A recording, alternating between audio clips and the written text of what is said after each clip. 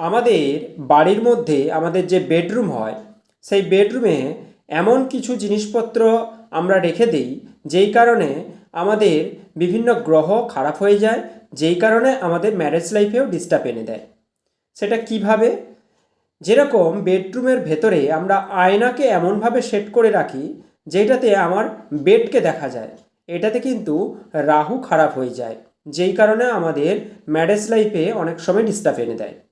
এর সঙ্গে সঙ্গে আমরা বেডের নিচে কিন্তু জুতো খুলে রাখি, এইটাতেও কিন্তু রাহু এবং শনি দুজনেই খারাপ হয়ে যায়, যেই কারণে আমাদের ম্যারেজ লাইফ ডিস্টার্ব এনে দিতে পারে। এর সঙ্গে সঙ্গে আমরা যে ওষুধপত্র খাই সেটা অনেক সময় আমরা বিছানায় ফেলে রাখি, এইটাতে কিন্তু রাহু খারাপ হয়ে যায়।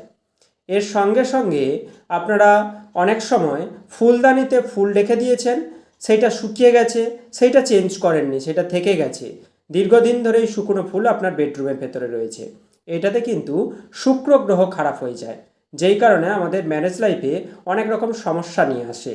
তাই এই ছোট্টখাট্ট জিনিস আপনারা একটু দেখে নেবেন, তাতে দেখবেন আপনাদের বেডরুমের ভেতরটা ভালো হয়ে যাবে, যেই কারণে আপনাদের সম্পর্কটা মধুর হয়ে থাকবে।